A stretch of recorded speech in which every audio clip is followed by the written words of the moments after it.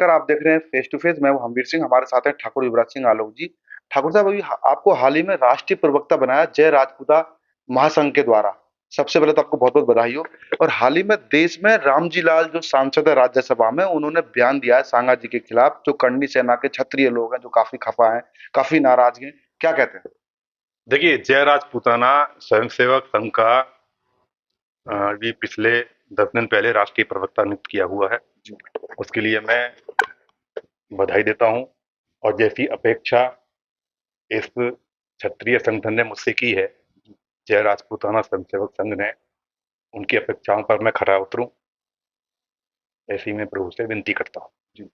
और आप ये समझिएगा कि रामजी लाल सुमन मेरे पिता के शिष्य रहे।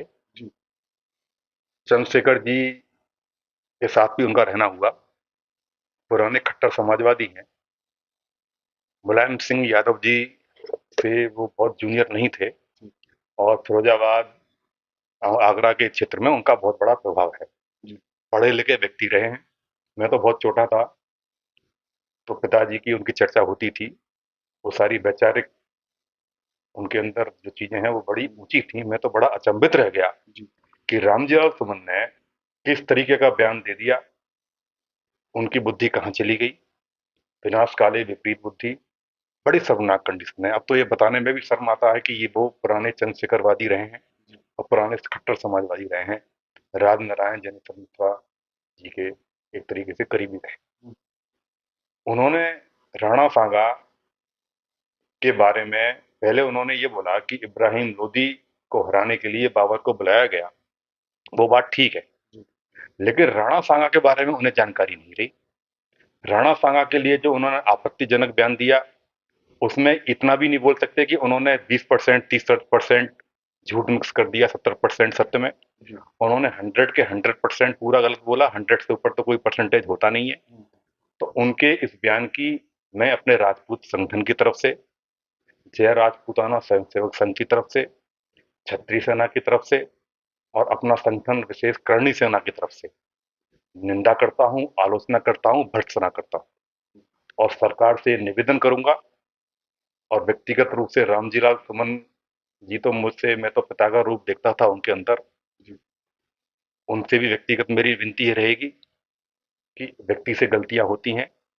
उसकी जब जवान कई बार फिसल जाती है, उनका लेवल वो नहीं रहा है, उनको उस रूप में हम नहीं जानते मानते हैं, तो उनको इसके प्रति अपनी क्षमा याचना करना चाहिए। अनजाने में भूल गए। जिसके अंदर बड़प्पन होता है, जो महान व्यक्ति होता है, वही क्षमा मांग सकता है। जिसके अंदर हीनता की भावना होती है, कॉम्प्लेक्स होता है, वो क्षमा नहीं मांगता। और इस पर जो लोग राजनीति कर रहे हैं, उनको राजनीति नहीं करना चाहिए, चाहे वो बीजेपी हो, चाहे और संगठन। हालांकि बीजेपी से निवेदन इतना जरूर है कि जो करणी सेना में कल आगरा में साथियों के द्वारा जो चीजें वहां हुई, जो विरोध प्रकट हुआ, हमारा संविधान भारत का विरोध प्रकट करने का अधिकार हमको देता है। अब हम विरोध प्रकट तो करेंगे ही। जब हमारे पुरखों को अनाप शनाप बोला जाएगा, तो हमारा नैतिक, सामाजिक और भारत का स्वतंत्र नागरिक होने के नाते दायित्व बनता है कि हम उसका विरोध प्रकट करें। वही हमने किया। हमारे जो साथी थे, उनके साथ छीना झपटी हुई। ये चीज तो मीडिया वाले दिखा रहे हैं कि उनके घर तोड़फोड़ हुई, शीशे तोड़े गए, गाड़ी तोड़ी गई। वो बात सही है।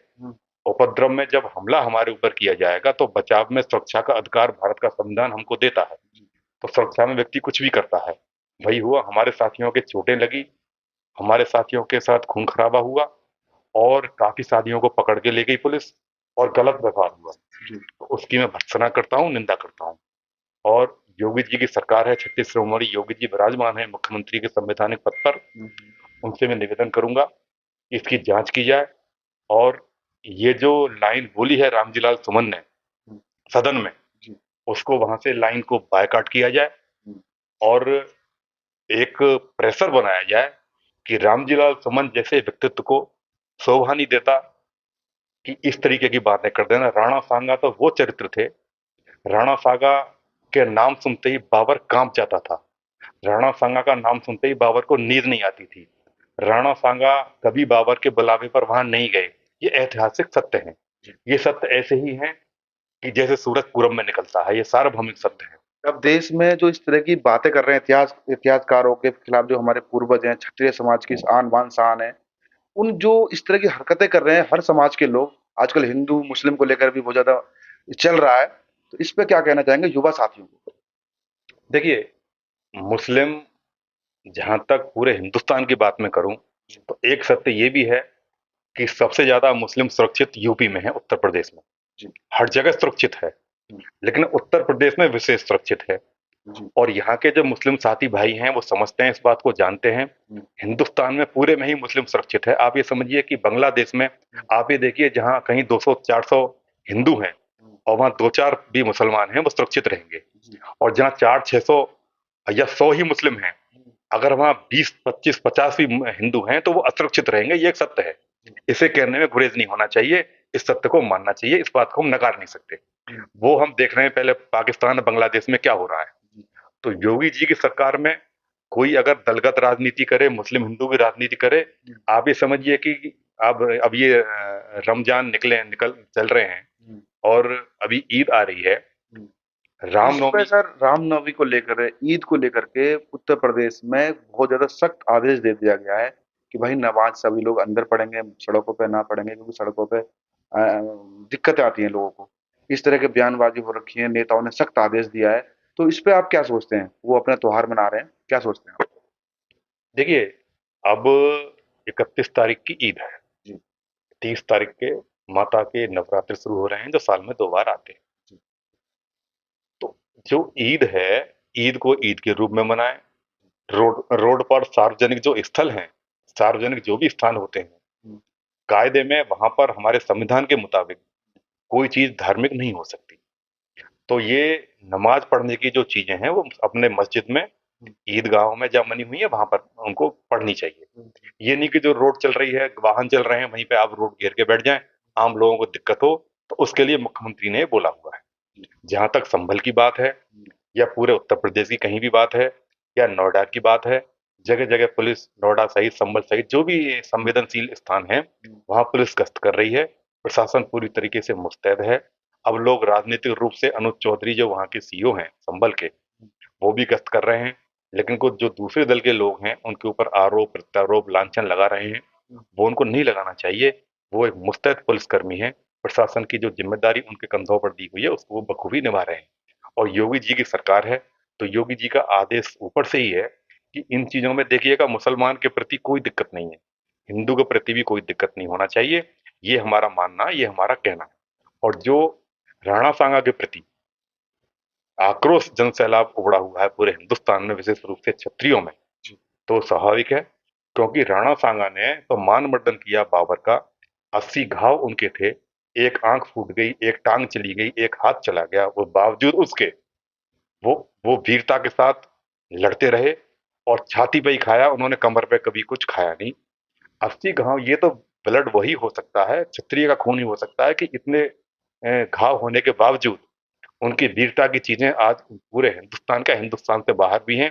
और बावजूद उसके जो हिंदू की वोटों से सदन में पहुंचे हैं, रामजी लाल सुमन जी, रामजी लाल सुमन ऐसी बात कर दें, पिताजी के साथ बैठते थे, ज्ञान की बातें होती थी, सारी होती थी। तो उनको तो इतना ज्ञान होना ही चाहिए जिन लोगों का साथ वो उन्होंने रहे हैं अब तक इतिहास में। तो ये इतिहास की गलत चीजें वो कैसे बोल गए, वो क्या बोलने वाले थे, इसकी उन्हें सफाई देनी चाहिए। और जो गलत चीज बोल गए उसके लिए उन्हें क्षमा याचना करना चाहिए। क्षमा याचना करने से उनका कद बढ़ेगा, घटेगा नहीं। समाजवादी विचारधारा एक अलग चीज है।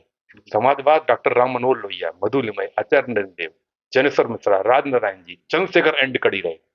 समाजवाद समतामूलक समाज की स्थापना करना होता है। समाजवाद परिवारवाद कभी भी नहीं होता। मैं समाजवादी पहले भी था, आज भी हूँ। समाजवादी डॉक्टर राम मनोहर लोहिया से बड़ा समाजवादी कौन होगा, जिन्होंने अपनी मृत्यु के बाद पिताजी को बोल दिया था, समाजवादियों को बोल दिया था कि मेरी मृत्यु के बाद में मुझे निगम बोध घाट पर ही इलेक्ट्रिक शॉक देके भस्म कर दिया जाए, मेरी बॉडी को, मेरी कोई समाधि नहीं बनाई जाए। उनकी कहीं कोई समाधि नहीं है। ये होता है समाजवाद। उनका निगम बोध घाट पर समाजवादियों ने पिता के सहित भस्म कर दिया था। उनकी कहीं याद करने की कोई जगह भी नहीं। ये होता असली समाजवाद। 58-59 की एज में उनको एक गलत इंजेक्शन देके खत्म करा दिया गया उस समय की सत्तासीन सरकार के द्वारा। वरना डॉक्टर राम मनोहर लोहिया अगर 10 साल भी जीवित रह जाते तो हिंदुस्तान का नक्शा ही कुछ और होता। और उनके नाम पर राजनीति करते हैं, उनके नाम पर वोट बैंक चलता है, उनके नाम पर सत्ता हासिल की जाती है, लेकिन उनके विचारों पर चलने की कमी हो गई है। चंद्रशेखर जी मेरे पिता लास्ट कड़ी रहे समाजवाद के। अब समाजवाद एक तरीके से बिखर गया है। चंद्रशेखर जी के साथ में ये समाजवाद की सारी चीजें लुप्त हो गई।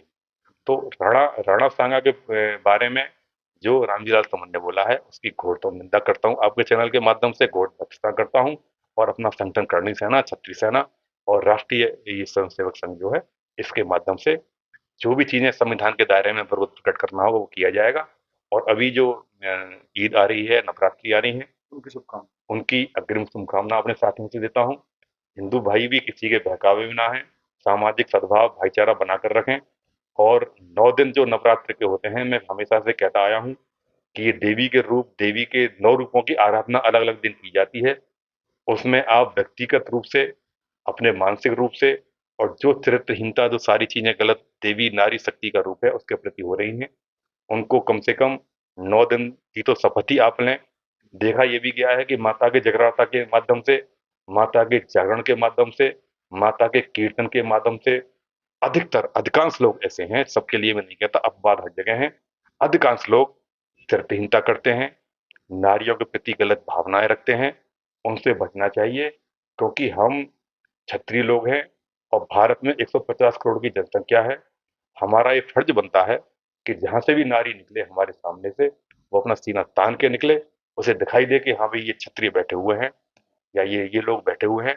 वो संकोच से, डर से निकल गए तो हमसे बड़ा नपुंसक, हमसे बड़ा नामर्द कोई नहीं हो सकता। हमारे सामने से कोई लड़की, कोई नारी, कोई महिला निकले और सीना तान के अपना आराम से निकले, सावधानी की भी उसे जरूरत ना पड़े, तो उससे बड़ा मर्द कोई नहीं हो सकता। ये इतिहास रहा है राजपूतों का। राजपूतों को तो गलत तरीके से डाकुओं के रूप में या नेगेटिव रूप में फिल्मों में दिखाया जाता रहा है। उसकी भी हम टाइम टू टाइम घोर भर्त्सना करते रहे हैं, वरना राजपूत चाहे डाकू मलखान सिंह रहे हों, चाहे डाकू मोहन सिंह रहे हों, या जितने भी बड़े बड़े चंबल के बीहड़ में डाकू रहे, उन्होंने भी चरित्रहीनता कभी भी नहीं की। आजकल के तो छिछोरे नपुंसक वैसे लोग हैं जो जरूर करते हैं, उसकी मैं निंदा करता हूँ। और अब आप ये समझिएगा कि नवरात्रों को बहुत प्रेम से आपस में संगठित होकर, और मुस्लिमों से भी निवेदन करूंगा कि अपनी जो ईद मनाएंगे तो सार्वजनिक रूप से उसे रोड पर उसका प्रदर्शन ना करें, उसको मस्जिद में मनाएं और हिंदू भाईचारा को कायम रखें। जी, धन्यवाद हमसे बात करने के लिए। धन्यवाद।